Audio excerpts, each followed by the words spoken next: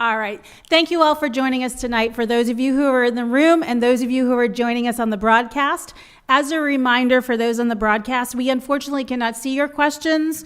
I know some of you who weren't here tonight did email me questions, so I'll be sure to make sure we get those asked. And for those of you in the room, you've hopefully seen this format from us over the last few times that we've done this, but if you haven't, this is an open Q&A style. Mike will welcome you in a minute with some short words, but really this is about answering your questions and sharing your ideas with us about anything that's happening in the city that you'd like to know more about. We do have a microphone in the front of the room, and I know that some of you are a little bit shy. I'm going to ask you to not be afraid of the microphone. That is a really important tool. So for those folks who watch this recording later or on the broadcast, they can hear your question. So just make sure you go up to the microphone and speak directly into it if you wouldn't mind. With that, I'm going to thank you all for being here tonight, and I'm going to turn it over to Mike to welcome you, and then we'll open up for questions. Thanks, Samantha. Good evening, everybody. Thank you for coming out on a night not fit for man or beast. There was a prior neighborhood meeting in here, well attended. Shows a lot of commitment on the part of Woburn residents to be involved and to be informed. So we appreciate everybody taking the time out of their schedules to be here. This is our third or fourth? I think fourth, but... Fourth town hall. Something that we said we would do, something we said we thought would be helpful. We'll keep doing them as long as people want them. I would remind people that this is one opportunity to engage with your city government, but there's a million others. You can email anytime, you can telephone anytime, you can come visit anytime. I would suggest if you're going to come into City Hall with a particular question that might take some time, it'd be helpful to schedule an interview, a meeting, time, just so that you're not waiting and trying to squeeze in between meetings. Your time is valuable. Certainly scheduling an appointment to express your concern is the better route. But if you just happen to be here paying a bill and want to pop in, by all means, you can try that as well. I would also say that if you have a particular question you're watching on TV now or you see this later, you have a particular question you think might be helpful for everybody in Woburn to hear, Samantha hosts a weekly program Today in Woburn on Woburn Public Media, and she's always looking for tough questions to throw at me. So if you have a particular question you think the world, or at least the community of Woburn, would be interested in hearing an answer to, by all means, email Samantha, and we can tackle that on our Monday afternoon Today in Woburn program. So thank you all for being here. I look forward to any questions you might have. I can tell you we just had a robust rodent discussion regarding the Hurled demo. I am no more a rodent expert than the people who tried to answer the questions a moment ago. But any other question you have, I'll be more than happy to try to tackle. Thank you. Excellent. Who would like to be first with a question? Yes, please, come on up. Hi. I have a few questions regarding Horn Pond. Sure. Who is responsible for the maintenance of like those footbridges around? Because one of those is really in rough shape, and I know somebody's put construction tape around it. Yep. And somebody has done some temporary patches on it, but it could use some more loving attention. Yep. So I have two answers to that question. Okay. The short answer is we just met on this last week in my office with Jerry Lonis and Jim Joyce from the Conservation Commission, and then followed up with a meeting with DPW to try to tackle the immediate concern of the state of the two bridges out back. So we're aware of that, and we're working to find at least a short-term solution. Also working with Jay Corey, who was just here, the city engineer, on a longer-term, perhaps a grant application for a larger project, for a trail improvement project that would also encompass rebuilding those bridges. Oh, okay. So that's the short answer.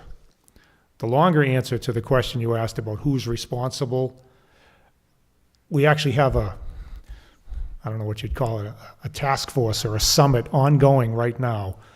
I think we've had 2 or 3 meetings where we basically gather all of the department heads in the various city departments to try to figure out exactly which department is responsible for which parcel of land in the city. You would think that we would know all that clearly and specifically, but I'm just being honest. We're still trying to figure that out in some instances. Some of it is obvious, but some of it is a little less clear. And even getting the parties in the room between Parks and DPW and Conservation Commission and others, it's hard to be certain. At the end of this process, we will know. There will be definitive roles, responsibilities, obligations, and the tools to do that. But that is actually ongoing right now. That's the longer answer. Okay.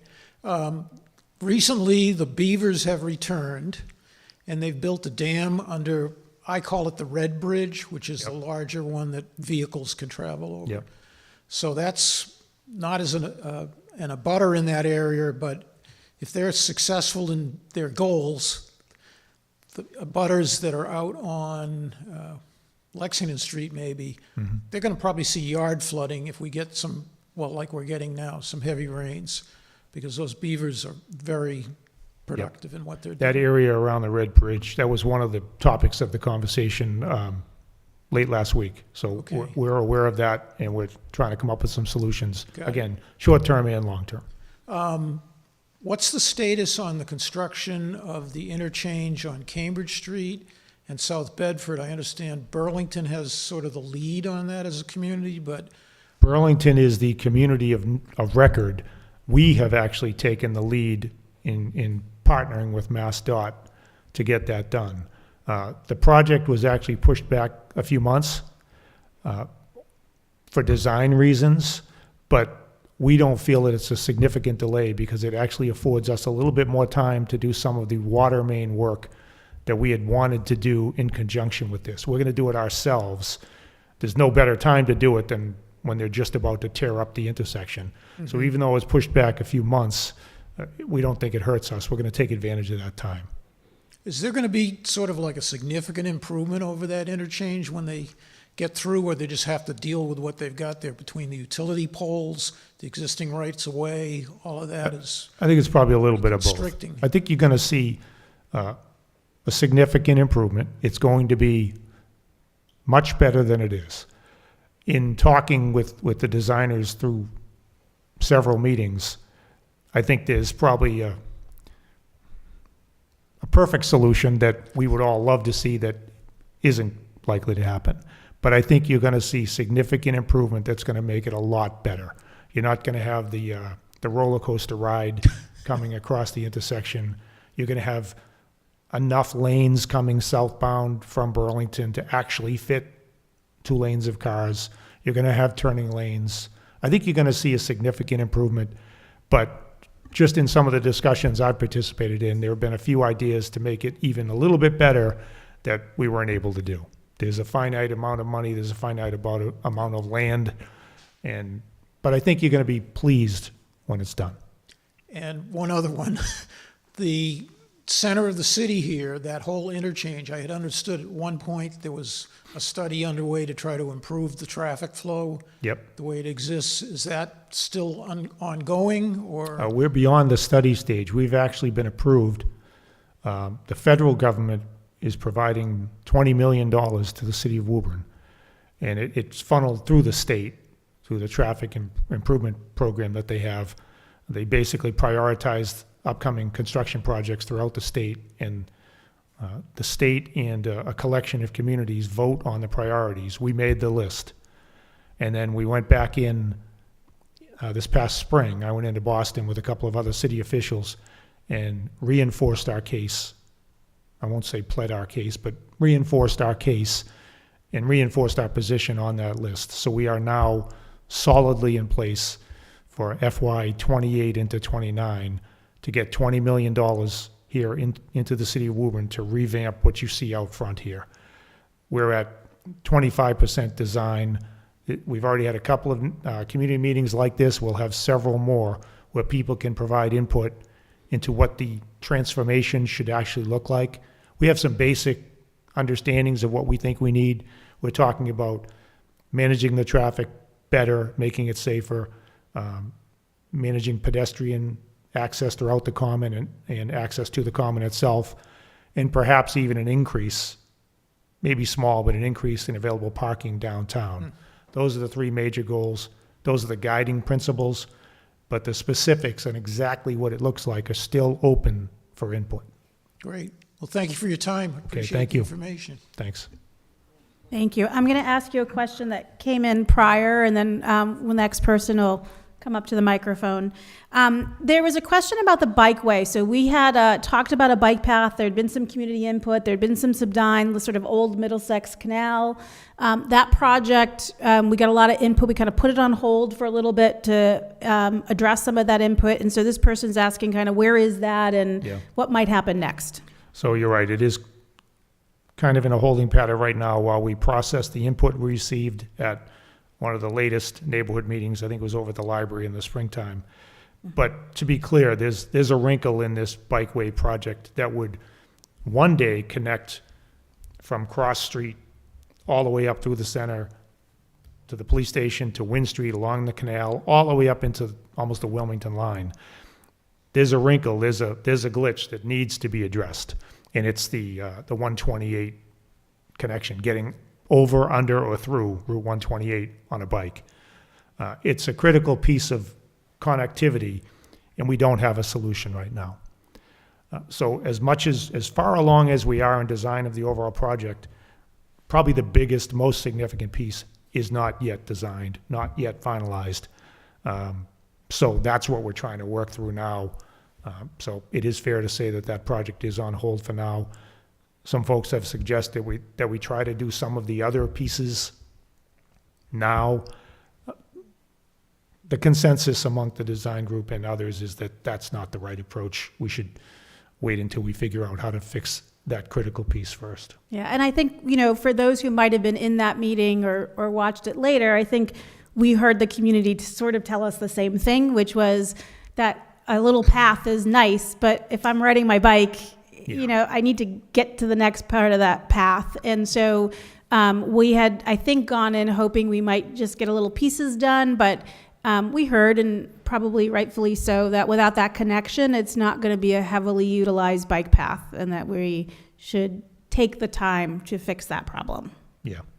Which is a big, hairy problem, right? That's not going to be an easy one to solve. Yeah, I don't think it's insurmountable, and I think it might involve, connecting from near the Showcase Cinemas across and back of the fire station, utilizing part of Weaver Park, connecting up to Forest Park Road and back around that way. But there's a lot to be studied and designed before we start spending money and, putting shovels on the ground.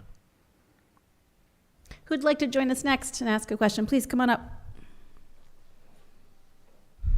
I'm Bill. Well, we got documentation. This is going to be good. Yeah. But can I get all that out of my mouth? I'm Bill Radosh. I live in Briscoe Street, longtime Woburn resident. Hi, Bill.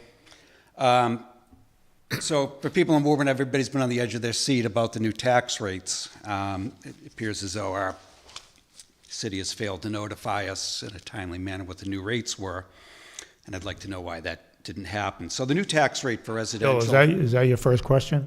It's going to be a question. I'm not sure what you mean by in a timely manner. Well, so the new rate is $8.54. Correct? Just certified by the state yesterday. Yeah.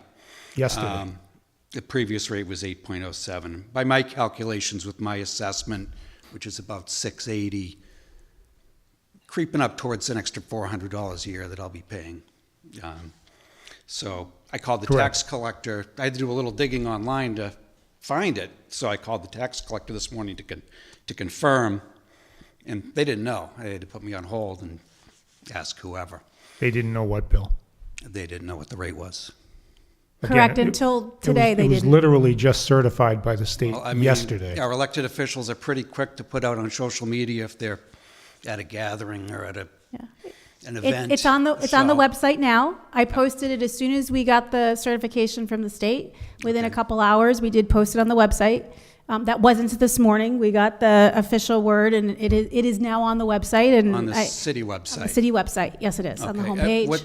Ma'am, what's your title? I'm head of communications and community outreach. Okay. I'm Samantha Stone. So is that Facebook page, is that official? Facebook page is a communication channel that has not been on the Facebook page yet. We did post it on the website, however, and it will I eventually don't care go. about, I just want to, is that an official city? The city, there are multiple pages, so there is one for the city of Woburn. If you're talking about the city of Woburn Facebook page, then that is an official communication channel, Who yes. posts on that? Multiple people post on that. I most frequently post on it. Who clears the text to the individuals that post on it? We don't have a structure, so the individual people who post, I do most of it, but there are other people who also occasionally post. So I'd like to know why the new contract with Waste Management, which is $14 million, am I correct, Mayor Concanon? Approximately, yes. Okay. Why that was presented to the public as just this new recycling program. And without, and frankly, I think it was very vague, misleading. It was presented to the. As the new recycling program. It was There- presented to the public and the city council as a renewal of a contract for rubbish and recycle removal. Yeah, well, that information wasn't really easily available. I had to do a little more digging to locate the 30-page contract, which, come July, we're going to have a reduction in services for trash pickup. And they selected the automatic pickup by saying it's saving us $100,000. Okay, $100,000 out of a $14 million. It's a little more complicated than that, Bill. Well, I understand. I understand the ins and outs of the recycling business. China isn't buying as much from us. There's a lot. There's a lot. Yeah. But we are getting a reduction in services. And if a savings of $100,000 is all that it is, and we have money for... Bill, I'll be more than happy to walk you through the months of contract negotiations and Well, discussions that's we going to be had. my next question. Hold on a sec. Let me speak first, please. So we negotiated with Waste Management over the springtime, series of discussions, numerous discussions.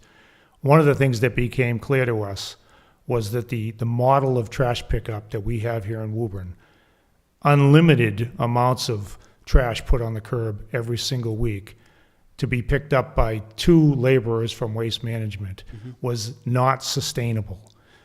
There are very few companies in the state or even in the region that will continue to operate under that model.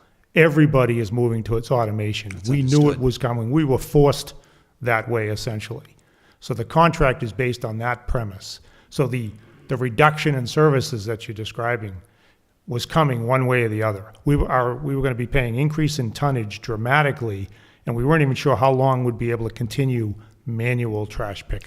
Well, Automation was coming. Nobody was really told that. It wasn't made very clear. It wasn't indicated, hey, the new contract's on the website. You're getting a smaller barrel in July. Well, I think we've been trying to communicate that as much as we can So since we signed the contract. it was a little hard to find.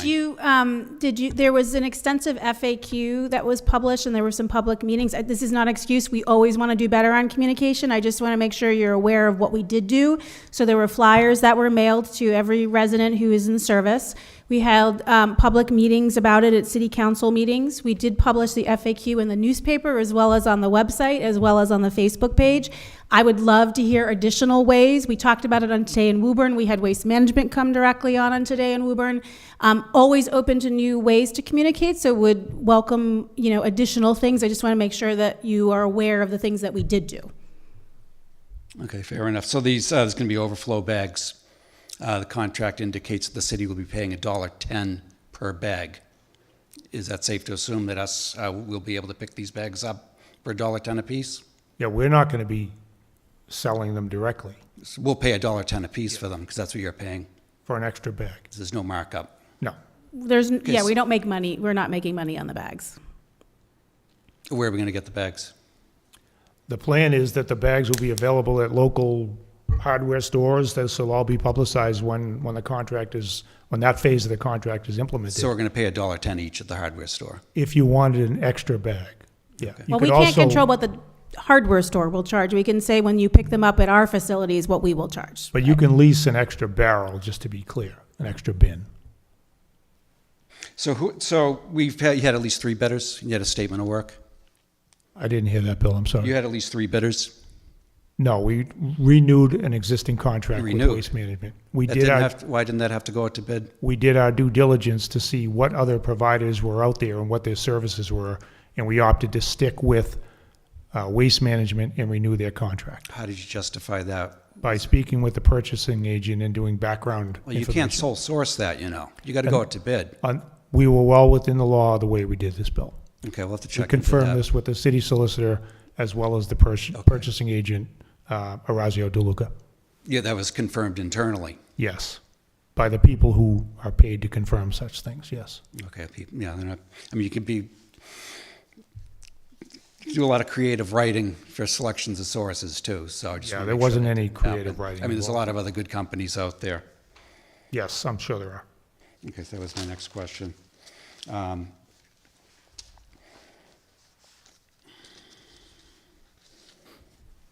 Geez, I come in all prepared for this flowing Do you want speech. to have a seat and we'll come back No, to you? that's all I have. I just, one more question.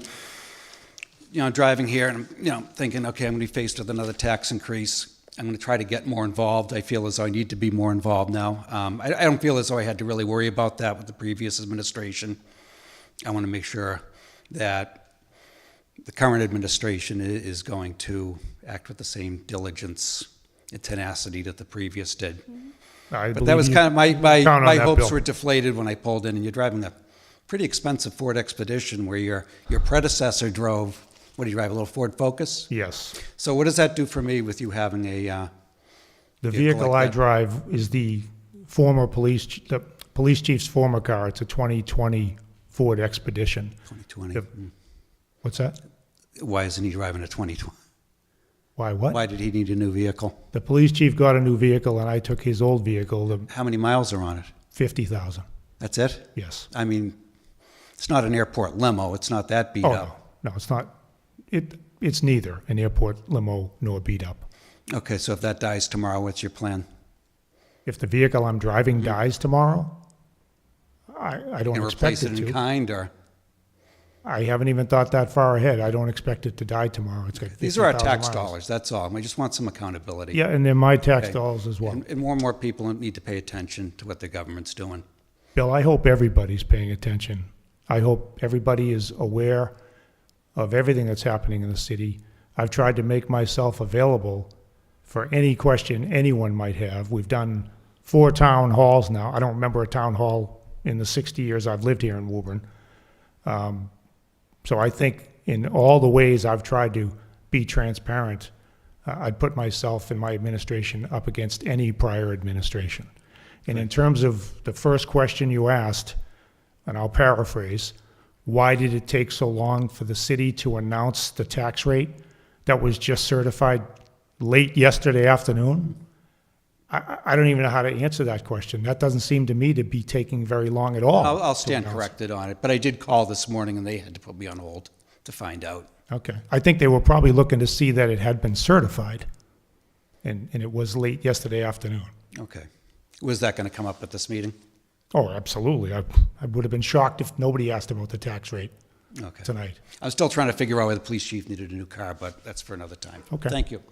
And just to comment a little further on the tax rate, we had a budget that was passed in June, and I thank the members of the city council for their support. Several of them are here tonight.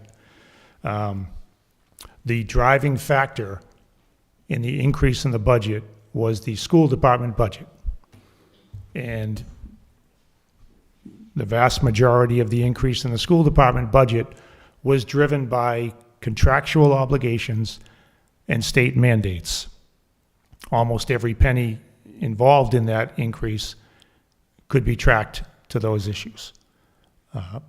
Contractual obligations meaning collective bargaining agreements that had been signed previously, and the state regulations having mostly to do with special ed requirements and other mandates that communities are required to provide. That was the bulk of the increase in the taxes this year. And I'd be remiss if I didn't recognize Jesse Wetzel from the school committee here tonight. Thank you, Jesse. So yeah, Superintendent Crowley in the back as well. oh, that's right. Hi, Dr. Crowley. So that was the big driver. And it was not an easy decision to proceed with that significant increase in the budget. But we worked together. through the spring and worked with the city council, and we passed what I believe was the appropriate budget to provide for the needs of the city of Woburn for this fiscal year. The second step of that budget is figuring out exactly what the taxes are needed to provide for that budget. That takes some time. We worked on that all fall, and as I said, submitted all of our documentation to the state as per the process. Every community in the state does that. And late yesterday, we were notified that the tax rate that was set a week or two ago by the city council had been certified. So yes, taxes in Woburn have gone up. I think if you look at the budget deliberations and the discussions in June and July, May and June rather, you would not be surprised to hear that taxes were going up. We talked about it right in this room. We talked about what the impact of that significant budget increase was likely to be. And we looked at historical data to try to determine, for every $1 million that a budget goes up, what's the likely impact on the average residential tax bill. And we predicted roughly this amount. Based on the historical data, it was somewhere between $42 and $45 per million.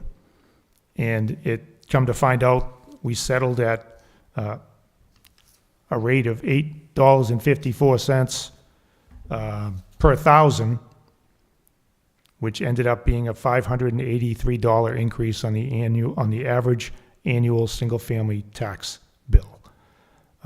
So it's not good news. It's not something I enjoy doing, but we knew this was coming when we passed this budget this past spring.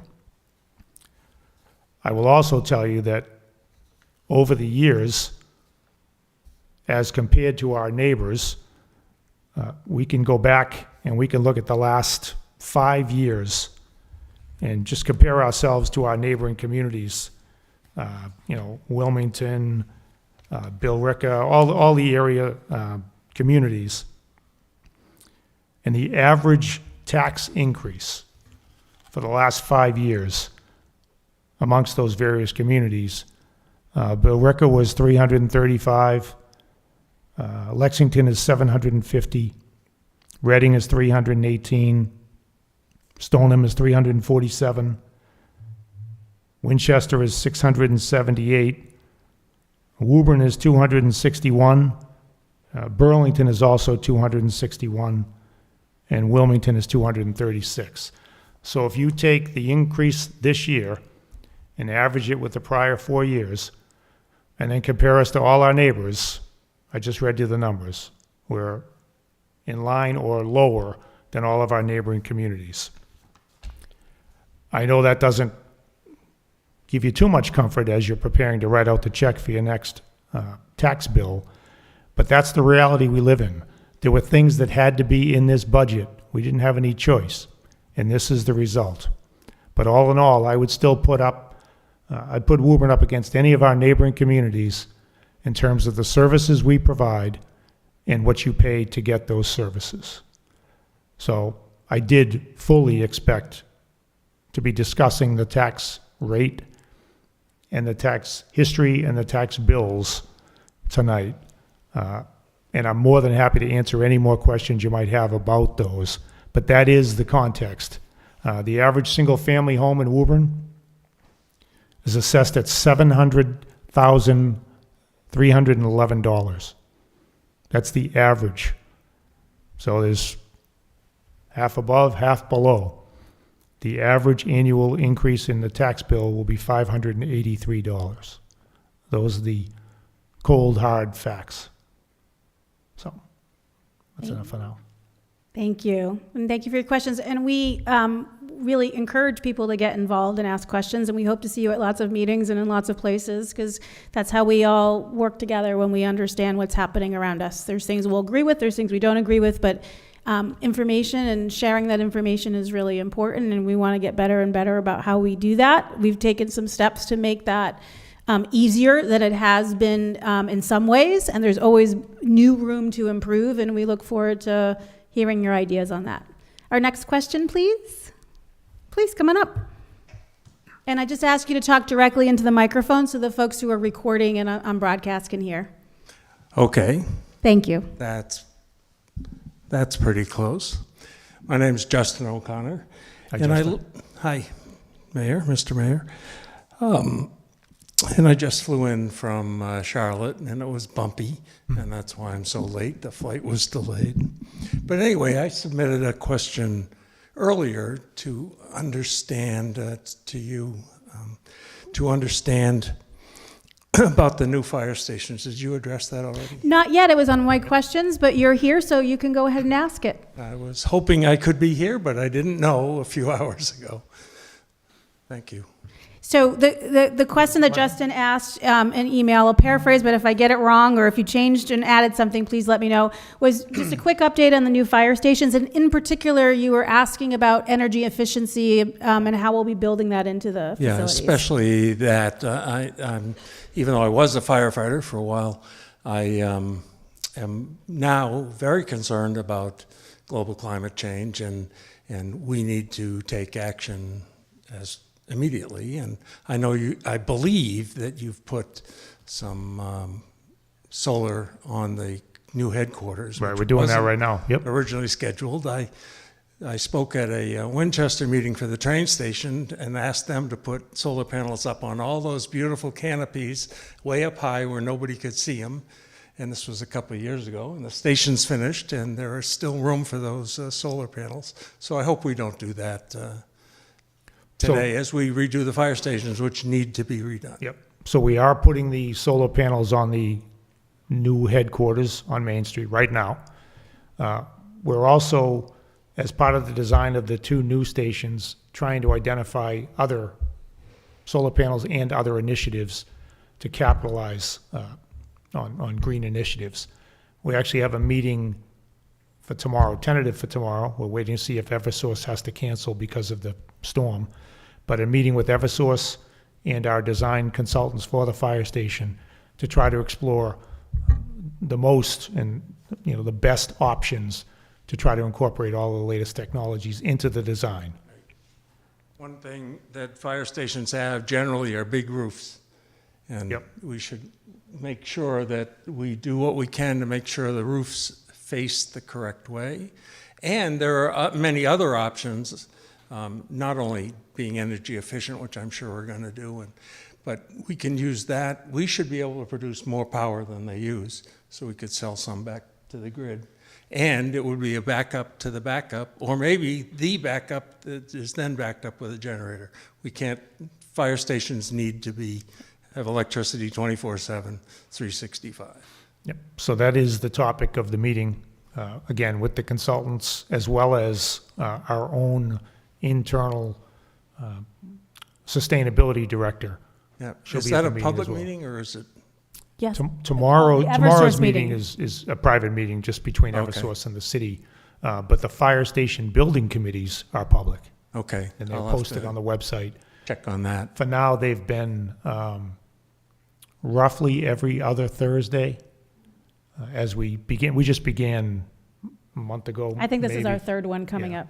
Okay. And they're always posted on the website calendar. So if you aren't subscribed specifically to the calendar, I encourage you to do that. What happens is once a week you get an email and it says what's been added new to the calendar. It's not what's happening that week, but it's what's been added new. Okay, I'll make sure I'm connected. But I did know about this, so somehow I'm a little connected. Great. And I Thanks. do want to say thank you very much to the city council for their support of the bond bill that will allow us to build these two much-needed fire stations. They really are needed. And And it will also part of allow our us, tax, well, not this year, but in the future. And but we need to maintain those facilities. yeah, and we looked closely at the debt picture, and we gauged what debt would be falling off in the next few years so that we could add this fire station debt without having a net increase to your taxes. And again, I thank the city council for their support with that. The other interesting thing is that somehow we have to start thinking about what's this world going to look like in 15 years. So this is 2025. 15 years is going to be 2040. It's going to be very different. Kids born today will never drive a car. Probably, right? Perhaps, yeah. 16, 17 years, we already have autonomous cars. That whole thing will change. It's just unbelievable, and we need to keep an eye on that, although I don't know who's smart enough to know that. I just have to add the caveat that we have a fixed amount of money to build these 2 fire stations. Yeah. We're being as tight as we can with every penny we spend. It may well be that some of the initiatives we might not be able to afford right now, but we are looking at them and trying to understand what we can incorporate. As long as we think about it and we're doing the right thing. Yep. You know, we're not going to build yesterday's fire station. We're going to build something that meets us in the 2025 to 2050. Yes. Huge change. I used to work in that business too, including the solar business. I have no interest in it now. But other than that we should do it more. It's really there now, and batteries are getting there. Yep. Great. Thank you Thank for your you. question. Yes, please come on up. Hi, Chris Sylvia. I know this isn't an official city council meetings, but old habits die hard. So thanks for having these, and that it's appreciated to have town halls like this. One quick question on the fire stations was if you'd be able to remind us of the amount that the bond has been authorized for, and are we intending to use the whole amount? $30 million is the total. And that's just for Station 5, or is that for? No, 4 and 5. They're 4 and each 5. estimated to cost $14.5 million. And We're accounting for, Yep. a little bit of some contingencies. Okay. We also have a previous bond authorization that allowed us to build the headquarters. That was $30 million. Headquarters cost $23.5 million. So there's $6.5 million there. The original plan called for a new headquarters and the other stations being addressed.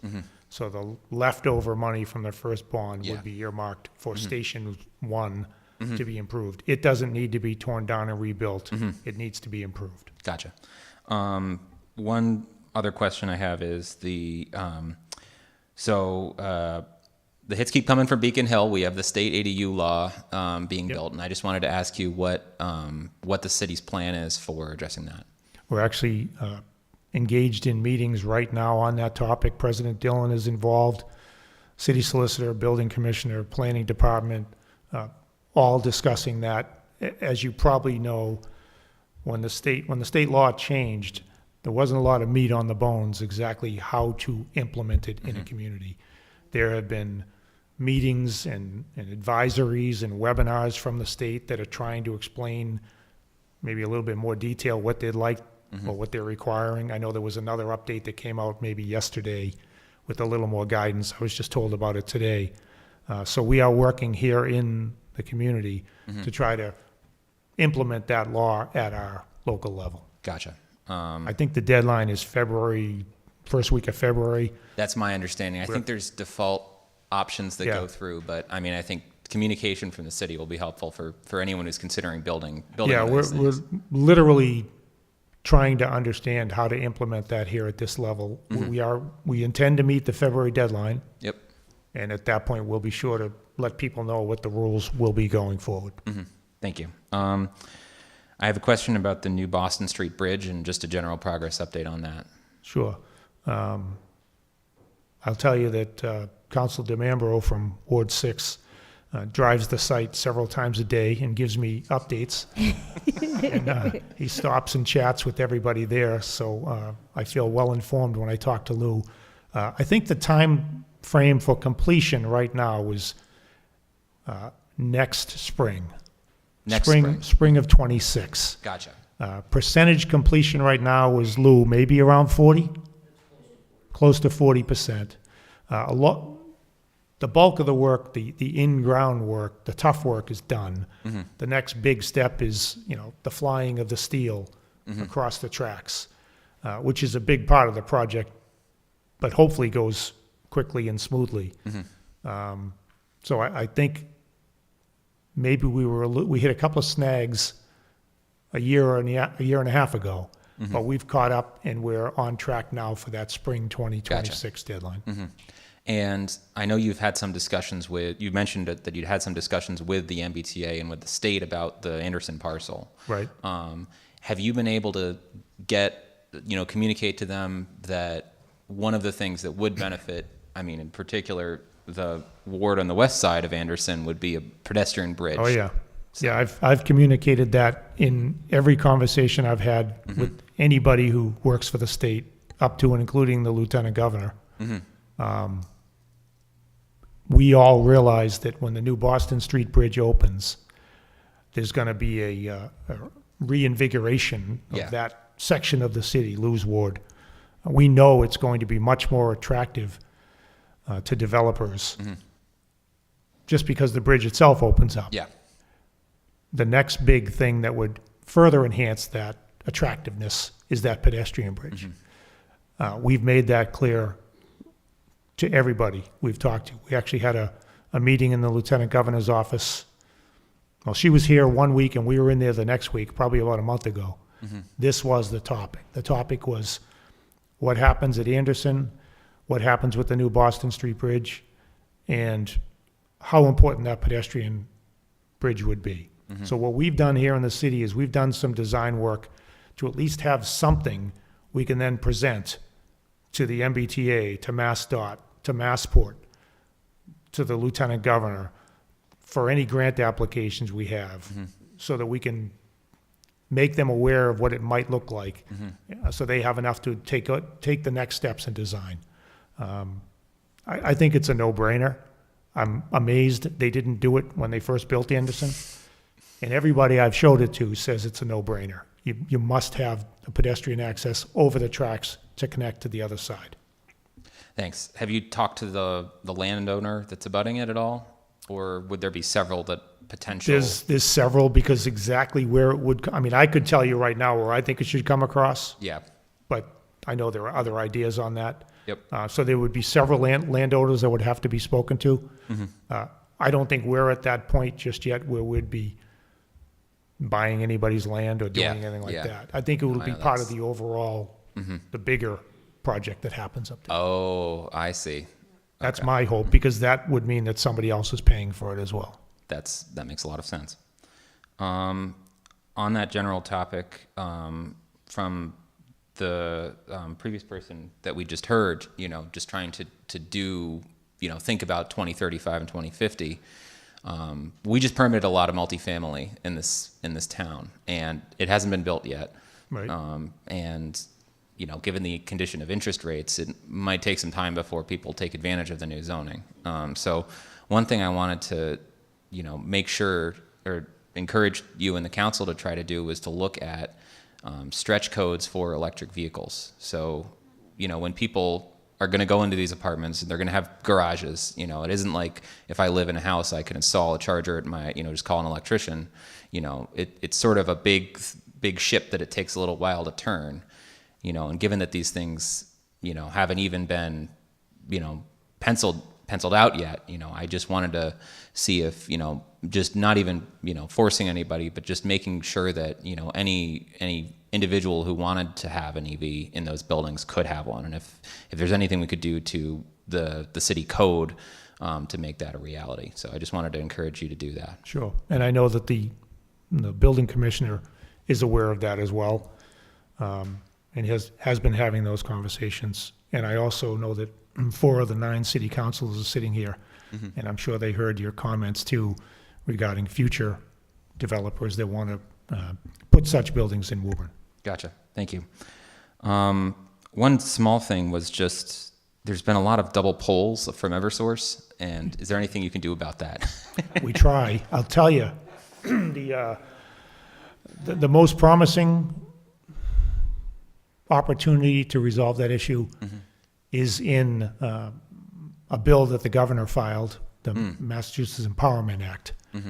It's a series of measures that local communities have asked be implemented. That's one of them. It's probably the one that has the most consensus support. But the Mass Empowerment Act did not make its way through the legislative session.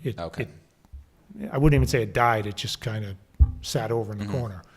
I can tell you that in speaking with the lieutenant governor and the governor, it is still one of their top priorities. They were actually hoping that the legislature might address it by the end of this session. That's looking less and less likely every day, but they have told me that it'll be one of their first priorities filed in the next session.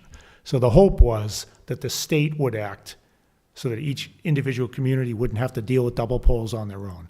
We still have that hope with this Mass Empowerment Act. Thank you. But there's another piece. The other piece is what the council tries to do whenever one of these utilities comes in, for whatever petitions they might have. They bring it up all the time to have these utility companies address these issues, primarily double poles, but there are other issues they have as well. And I know that when permit applications are filed by the utilities, the engineer's office as well as the DPW are reminding them of these things as well. The problem at the local level is trying to enforce a utility company to deal with a double pole issue. The only real mechanism we end up having is for the city council to have a petition in front of them where Chris needs Eversource to come and hook them up. And it comes before the council and they say, well, Eversource, we'll let you hook up Chris as long as you take care of that double pole. And they balk, and now you don't get your service. And I know they don't like doing that. I didn't like doing it when I was on the council. So it's a threat to the utility company that they really don't want to call in. And it's very frustrating. And I know they all feel the same way.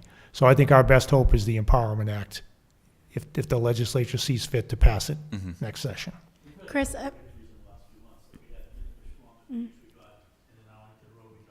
That's right. thank you. That's right. And probably because they're brought up at every turn, every opportunity, and finally it hits home and they tackle one or two of them. Thank you. We have. We've had a few meetings where we've tried to lay down the law with them. There've been candid meetings where we have this very same discussion. Yeah. And you know, we cajole, we plead, we beg, we wave our finger, and we say, please help us out. Take care of some of these double poles.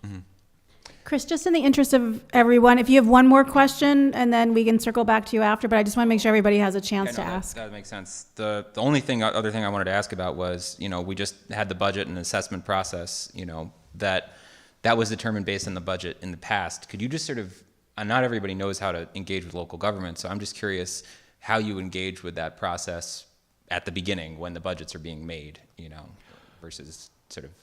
How we try to predict what the tax rate might be based on a budget? No, how the citizens have a voice for what is in the budget in the first place, and when those meetings happen during the year. So the budget process starts probably in January or February internally. Each of the city departments begin to formulate their own proposed department budget. We have a series of meetings internal, me and the auditor and the treasurer and the financial team with the department heads. The president of the city council is invited, where we try to develop what we think should be the city budget for the upcoming year, what the needs are. School department is doing something similar, and we're meeting with them. I think last budget session we met more than a dozen times to try to develop the budget that we think we need. At that point, I send down a proposed budget to the city council where there is a public hearing. And it basically what happens is each of the departments come into the city council and talk about their section of the budget. City council gets to ask them questions, tell us what it's based on, how did you build this budget, what needs do you have, how do you think these meet those needs. The public can be present for those discussions. And then there's the public hearing where the public can come up and say, we think you're spending too much money on such and such. We think you're not spending enough money over here.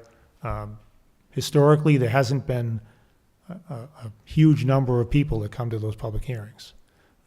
I'd encourage it. I think everyone would like to hear more input, but that's essentially the budget building process. And as I said, while we're doing that, we're looking at the numbers year over year, and there's a based on what the auditor and the treasurer and the assessor have produced, there is a rough math equation we can do. And I said it was roughly $42 to $45 is the average increase on a residential homeowner per $1 million increase in the budget. And the target back then is pretty accurate based on where we settled as of last night. Perfect. Thank you very much. Thank you, Chris. Anthony just stood up, and then you'll be next. Thank you. Do you want to go first? Sure.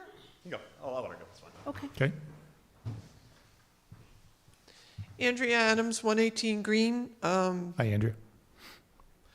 Full disclosure, I was a land use planner for almost 30 years. So if you have questions on ADUs, Newton did a lot of work on ADUs when I was working for the town of Watertown.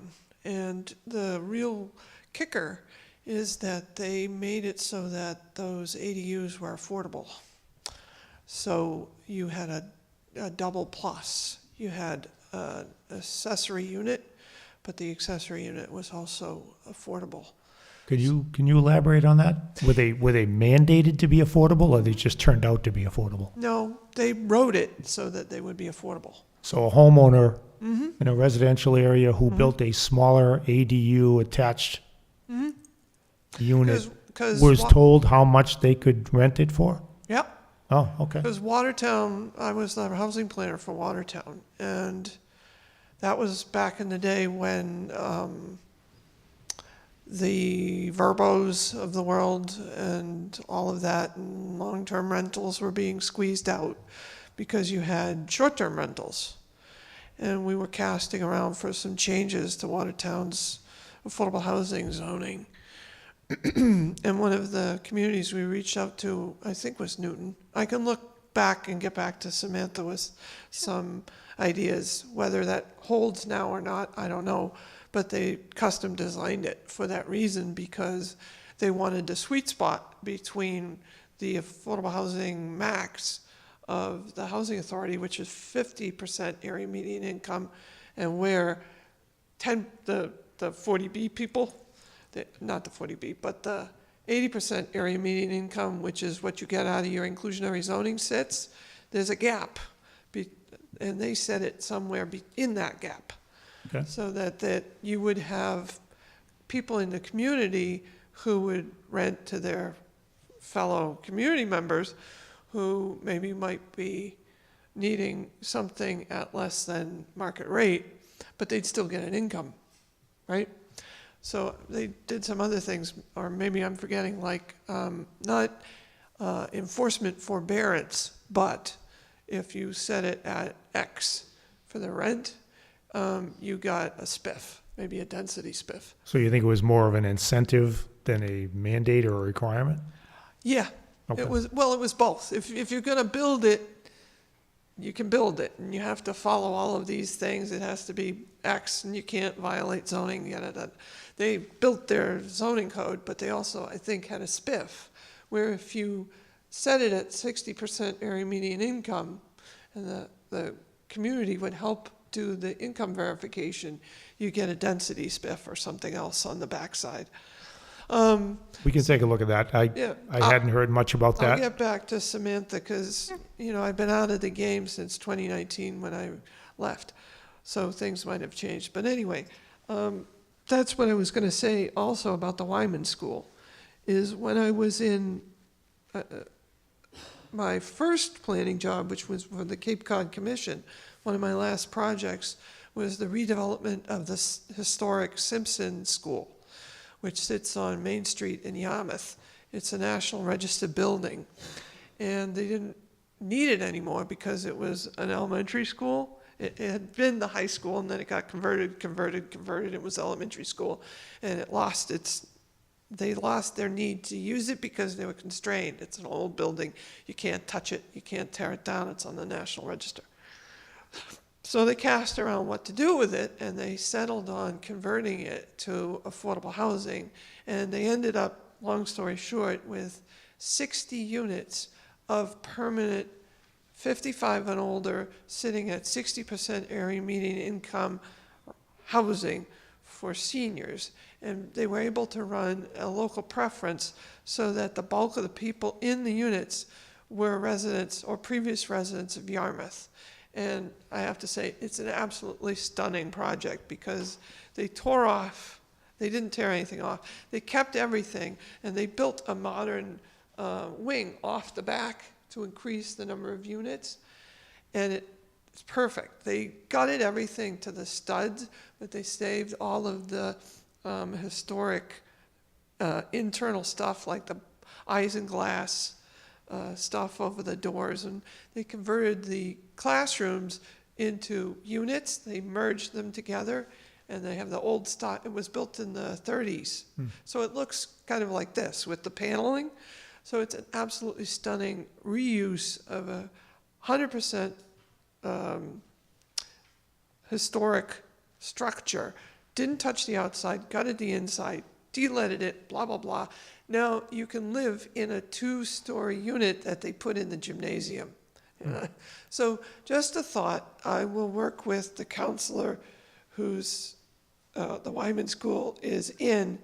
Hopefully, not on Facebook, but I can get notice when that's happening. You can subscribe to the city calendar, and Joe just sent me that he scheduled the date, and we will start to publicize it. I don't Perfect. know the date yet, but Yep. I will have it tomorrow, I suspect. Yeah, the other thing I'd throw in with what, full disclosure, my husband, the fireman, said, is Watertown did a lot of work on Solar Ready, and they had the benefit of having the police station has solar panels on it.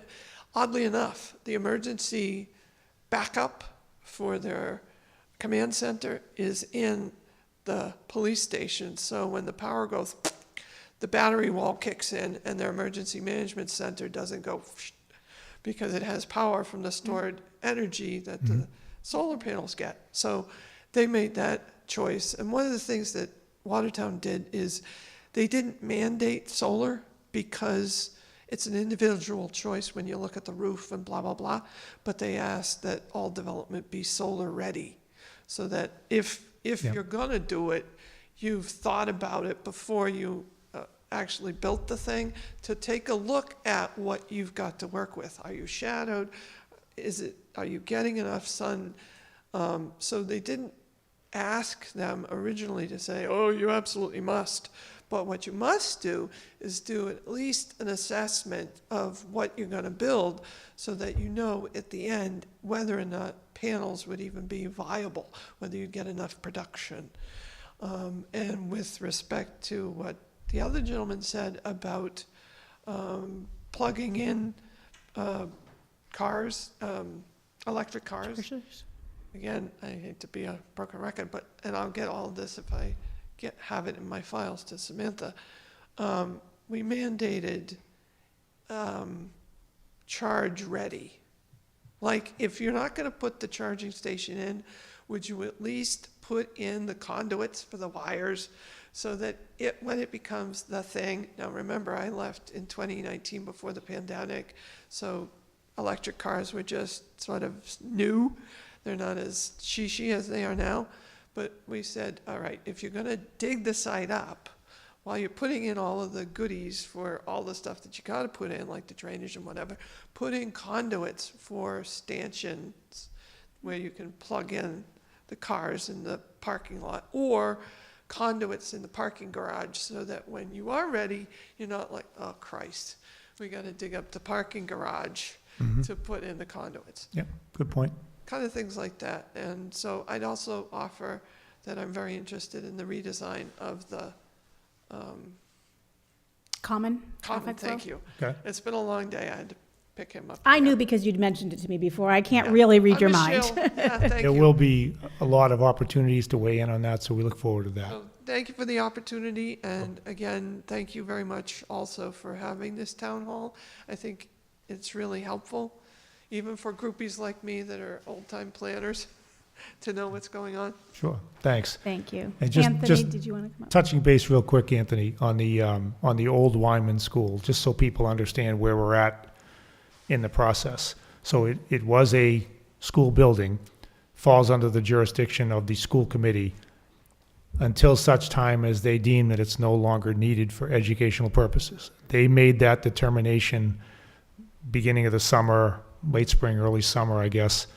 And then it then made its way to my desk, where I then send down to the city council the request for the authority to dispose of the building, which then triggers a series of events for them, which Samantha was alluding to. The counselor of the ward, Joe Demers, intends to have some neighborhood meetings to gauge, the interest of the neighbors, what they might like to see there.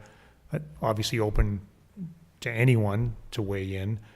The council, as part of that process, will have committee meetings where they'll, I'm sure, listen to input from all sorts of people with different ideas on how to deal with that property. And ultimately, they will have a vote directing me to do something. We just did that with the old fire station in Central Square. Their vote was to authorize me to auction it off. We did that. We got $575,000 for that building. They had other options. They could have directed me to work with developers, put out a request for proposals, and have people come up with different ideas. So they have the authority and the responsibility to figure out what the public might want, and then to make their best judgment on what they think we should do with that property, and then direct me to implement that. So we're at the beginning of that city council stage where they are beginning to gather information and prepare to tell me what they want me to do. So, That's exactly what happened in Yarmouth when they had to dispose of the Simpkin School. mhm. They made a choice that they wanted that to be part of the portfolio. So just for the benefit of the recording and those on broadcast, our guest was just sharing that it's similar to the experience at Yarmouth as another model. Sorry, Anthony. Come on up. Good evening, everybody. Hi. She's Anthony talking Lango. to the mic. Can you hear me? Yeah, Perfect. thank you. Appreciate it. Thank you both for having this so soon after the tax classification hearing and just kind of hearing us all out tonight. One of the things that was mentioned briefly in that meeting, kind of here in my capacity on the United Veterans Council of Woburn, just to provide some info to them, make it a little easier to digest. We talked about the HERO Act. I know that was a law that was passed in August. Right. And part of that, it added a few clauses. It gives municipalities opportunities to expand some of the tax exemptions for qualifying veterans, surviving spouses. More of just a process question. Provided some feedback, we'd be happy to play a part, provide information. How does that normally go for your office? I know Bob has met briefly, our veterans agent has met briefly with the assessor. How does that usually go, just to kind of make that? Sure. So in terms of implementing and executing the options that are currently available, we have asked folks to make their point of contact the assessor's office when it comes to abatements and work-offs and all of that. John Conley and his team are fully prepared to meet with anyone who wants to meet with them and walk them through the various options and help select the ones that work best for them. It might be that they have the opportunity to take advantage of one or the other, and John and his team know which one would benefit them the most. So I'd say primarily John. Now, of course, we have other ways that people communicate to city government. We have seniors at the senior center talk to Marie and her team. Veterans talk to Bob and his team, and we're trying to get all that funneled to John's office so they get the very best information. So those are the existing options that are available. And we had a series of meetings in my office as well with members of the city council and the rest of the team to try to make sure that we are taking advantage of everything that's available to a municipality. And the short answer is we are. Always looking for new and different ways to lighten the load on some of the more vulnerable people who are facing tax increases. We'll continue to do that. The good news was, as a result of all these meetings and all this research, we determined that we're pretty much at the limit of all the things we can do. That's good that we're doing it, but it's bad that we can't find another thing to offer to somebody to make it a little easier for them just yet. The proposed and the soon to be enacted, like the HEROES Act, I know Bob Davis has taken a a proactive approach and is talking with John and others about that. If there's a required change or an adoption by the city of a particular measure, that would happen through the city council's ordinance committee. And that can, any of those ideas can be brought either to my attention, which I'll share with them, or directly to the city council. They can begin the process of reviewing that in ordinance, have a vote and send it to me for my signature. Okay, perfect. Yeah, we'll probably have a couple meetings in the holidays, and they probably want to know if they should reach out to your team or their city council, or just to get their feedback kind of in the best way, so it's all being kind of covered together. And Yeah, as I said, the new things that were passed that need to be enacted at the city level, that would be an ordinance change, and it would be through the city council's ordinance committee. Okay, thank you. I know, just kind of lastly on that, I know it's Woburn is a pretty friendly community on that front, and we provide a lot of tax exemption options, and it makes it attractive for veterans. And I think something to consider, a lot of them are seniors and on fixed incomes, and they're going to be spending that money, any money that the city provides them, probably in their community. They'll probably get gas on Wynn Street or buy a coffee downtown. Yep. So I think that's the other thing. It will be probably most likely going back into our own community. And that's one of the points that Bob Davis, the veterans agent, was making, and John Conley as well, was that many of these people might fit into a couple of different categories. So rather than have them guess which one they should take advantage of to maximize, we know that the assessor's office, John Conley and his people, they know this inside and out. They wouldn't want to see somebody shortchange themselves. So by all means, contact the assessor's office, and they'll find the very best options for you. Sounds good. You mind if I have one question on the bike trail, because you brought it up earlier? Sure. Do you, based on like the plans that you saw, the tri-community bike path that goes under 93, is that kind of what we're looking at for, like a tunnel that would probably connect it, something like that? I think that's an option where you look at Forest Park Road already being there. The question is, how do you get from the Showcase Cinemas end of the canal up to there? Yep. You know, there may be a couple of different routes. That's what they're looking at now. Okay, thank you. Thank you, Anthony.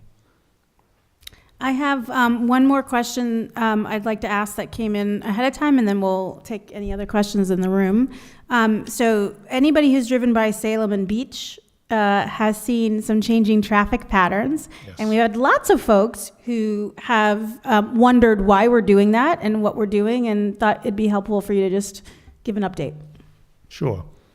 So probably last spring, maybe even earlier, we had some conversations with city council members, Ward 4 and Ward 5, Joe Demers and Darlene Mercer-Berwin, and others, and with the DPW director, Superintendent Duran, and the city engineer about rising concerns regarding pedestrian safety primarily in that area, at the intersection of Salem, Bow, and Beach. There was concern that the cars were just driving too fast in that area. They weren't respecting the pedestrian crosswalks. It's a busy area for school children, mornings and afternoons, and we felt that something had to be done. So we embarked on what has been a month-long project to try to figure out what's the best, most efficient ways of managing that traffic a little better. And I won't bore you with all the details on how traffic studies work, and the reality is we can't just go and put a light. We can't just go and do what may seem like a simple fix. You need justification. You need to demonstrate that it falls within accepted practices. You basically have to meet a standard before you can do any of that, or you're not allowed to do it. So we started out talking about pedestrian warning lights. Where could they be put? Where they flash when someone's, in the crosswalk, and things like that. And although that sounds like a simple, easy to do fix, it's not as easy as it sounds. You have to do a traffic study to determine where they can be, where they should be. We began all of that.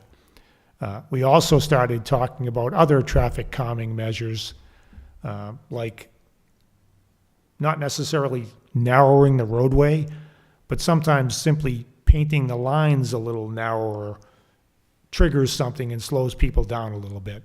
So we've been talking a lot about these types of measures for that particular intersection. And the irony is, not, I don't know if it's an irony, but we've had similar conversations across the city in other locations. And I'm looking at Bill Papalato from Ward 2. We're dealing with a similar issue at Green, Nashua, and Holton. So we're going through that required process to see what we can do and what we should do. One of those pieces of the puzzle is what you see out there right now.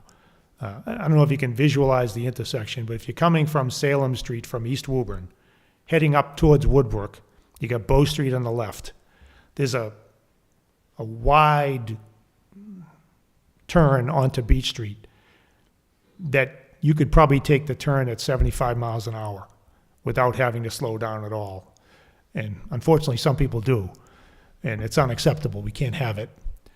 So what we've been trying to do is figure out how to slow them down a little bit. So what you see out there right now is one attempt at slowing them down, and it's more an attempt to try to learn what the impacts of certain measures might actually have before we go and spend hundreds of thousands and sometimes millions of dollars on these long-term solutions to see whether they might even work. So what you see is painted lines that are trying to keep people in one lane until they take the right turn onto Beach Street. And hopefully it forces them to slow down a little bit to take the turn at a normal speed instead of flying. The other piece of the puzzle is when you're coming the other way from the center up Salem towards East Woburn, coming up around Woodbrook, and you come flying around that corner, and then there's a pedestrian crosswalk right there at Bow Street. That's where the flashing beacons might come in, might help. So that's a really long answer. But really what we're doing is we're trying to figure out a way to make that intersection safer. I will tell you that there is a longer term project that we're looking at. And it might be something that we have to do as part of that TIP program I mentioned earlier, where we get federal money administered by the state, basically free money into Woburn to solve a big traffic problem. And that would involve essentially connecting the little green area at Beach and Salem with Woodbrook Cemetery, eliminating Memorial Drive that cuts in between the green area and the Veterans Plot at Woodbrook, and teeing off the intersection so you have to stop and then take a turn. Whether that long-term project rises to the level of justifying an actual traffic light, we're not sure. Because you can't just put a traffic light just because you think you need one. You have to meet the criteria or you don't get to do it. So that's the longer-term project we're looking at. It's expensive, it's impactful, it's a big deal. And before we go and spend a whole lot of money on something, this configuration you see out there right now is one way to try to gauge what the behavior of cars might be if something like that were to happen. So that's a really long answer, but the short answer is we do kind of know what we're doing. We are talking to people who certainly know what they're doing, and we're trying some inexpensive measures to learn to come up with the best solution. Thank you. I appreciate that. I know we're a little bit after 7, but Mayor Concanon always is willing to stay until the last questions in the room are answered. Does anybody else have questions you'd like to raise? Are you all tired and hungry? Next, yeah, we should do snacks. Snacks. Mike always says, I've always tried to feed people. It's my heritage. I can't help it. I want to, yeah. You can bring some. I'll munch on it. All joking aside, I want to thank you all for being here, and for those who are watching on the broadcast and the recording later. We know it's busy, particularly this time of year. We did really want to do this around the tax classifications because we knew people would have questions about it, and that's why we timed it this way.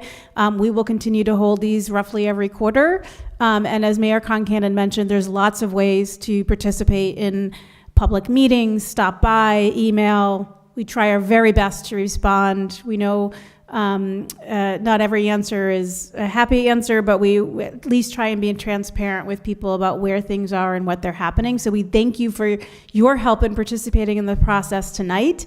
We encourage you to continue to join us for all the ways that you can participate, and thank you for being here. And I also want to make note, I mentioned it earlier in a couple of the answers. I appreciate the city council's being here tonight. And I appreciate the support that they've given me in the first year. I truly appreciate it, but even more than that, I appreciate the collaboration we've had. I have tried my best to include the city council in almost every decision we make. There is a standing open door invitation to any member of the city council to come in anytime, any day for anything, to attend any meeting I have. Many of them take me up on that offer all the time. We have a weekly project update meeting on Thursdays with the DPW director and the city engineer and the purchasing director and the auditor and a cast of characters. And we always have members of the city council at that meeting. And it's an opportunity for us to discuss things like Salem and Beach and Bow and Green and Nashua and Holton, among other things, and we even talk about rats sometimes from the previous meeting. But the goal is to make sure that it's a collaborative team effort. And I've tried my best over this first year to include the city council as much as I possibly can. And in my 10 years on the city council, I will say, as much as there ever has been, if there's ways we can even improve that collaborative approach, I'm all ears.